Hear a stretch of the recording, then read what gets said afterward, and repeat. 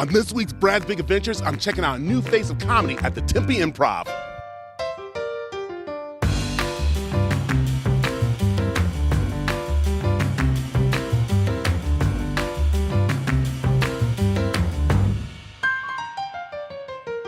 Here I am with one of the new faces of comedy, Miss Olivia Perry.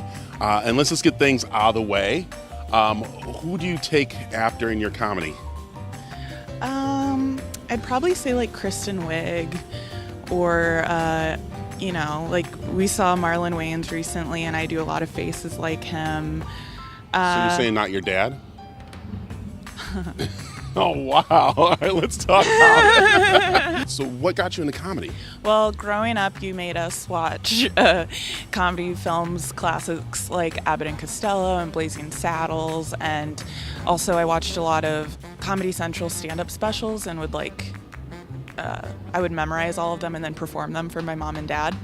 And I started doing Second City writing a couple years ago, and I met a stand-up comedian there, and he would take me to open mics, and at first I was like, this is sad. But then I met some girls and went up with them and just fell in love with it.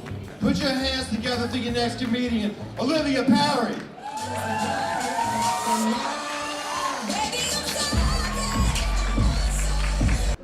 Guys, I'm wearing hoops. I'm wearing hoops, guys, I'm wearing hoops. This is a big deal because growing up, I grew up in Arizona, ever heard of it? And I grew up with all white people. So my mom would be like, you should wear hoops, and I'd say, no, it'll make me look too ethnic. But now it's 2018, I live in Chicago, and I do want to look ethnic because I don't know if you guys know this, but yeah, racism sucks, but not being white's kind of tight.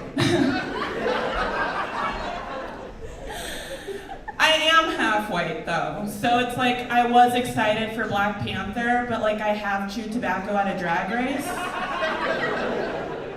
I don't mean to out-white you whites, but that's pretty white. So there's white privilege, we've heard of that. And then I've heard recently of black privilege, and when people hear that, they're like, yikes, that's not real. But you know what? It is. Because when I first walked up here, you guys just assumed I was cool. Literally lied to me and tell me you did not assume I was a cool person, okay? But my black privilege, I disappoint people. They'd say things like, damn, for a tall black girl, you're really bad at basketball. And I'd be like, my dad played hockey. He's the black parent. Write him a letter. I don't know. Or they'd be like, can you do cornrows? And I'd be like, my mom's white. No. But I am an anxious person, and I don't mean oh my god, I'm so quirky and don't even know how to talk to anyone. One time I wanted a muffin, but I was like, can I have a cupcake? Oh! No, I'm so anxious that every time I go in public, I have to call my mom on the phone because I'm afraid a stranger's gonna ask me a question. Okay, how'd you feel? Very nervous. Yeah? But afterwards, relieved. So, well, it was a good show. I mean, look at you. I mean, you took the crowd on. They loved it. Yep. So, now, what's the future look like for you? The future? Well, I have some shows going on in Chicago all the way through August.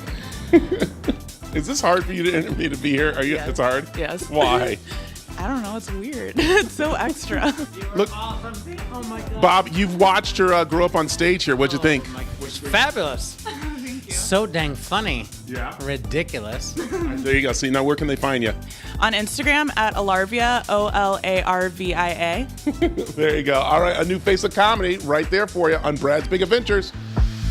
On this week's Brad's Big Adventures. I got a great idea. That was good. All right.